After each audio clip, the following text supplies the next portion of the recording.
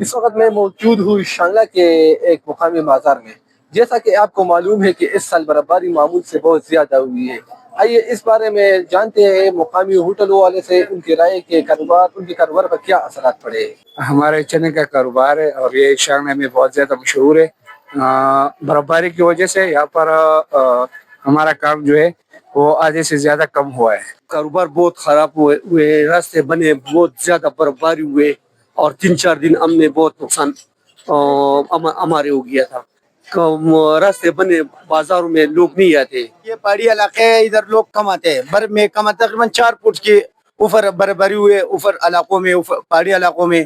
اور بازار میں اتنا برف ہو چکے، تقریباً 10 سال بعد اتنا بڑی برف ہو چکے کہ ابھی تک تقریباً 6-7 دن ہو گیا نا، ابھی تک برف پڑی ہوئی ہے. ابھی تو دکھا دو، یہ برف دکھا دو، ابھی تک پڑی ہوئی ہے. اور لوگوں کو کام بالکل نقصان ہوئے، ڈاؤن ہو چکے. اور گاڑی والوں کو ابھی اس محکمے کے NHA والے کے بجلی بھی نہیں ہے. اس سال برفباری بہت زیادہ ہوئی ہے گزشتہ سالوں کی نسبتاً.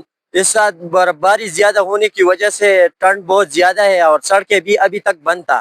کل رات سے جو سڑکیں مین چارہ ہے وہ ٹریفک کے لیے کھلا ہوا ہے اور جو لنک روڈ ہے ابھی تک وہ بند ہے.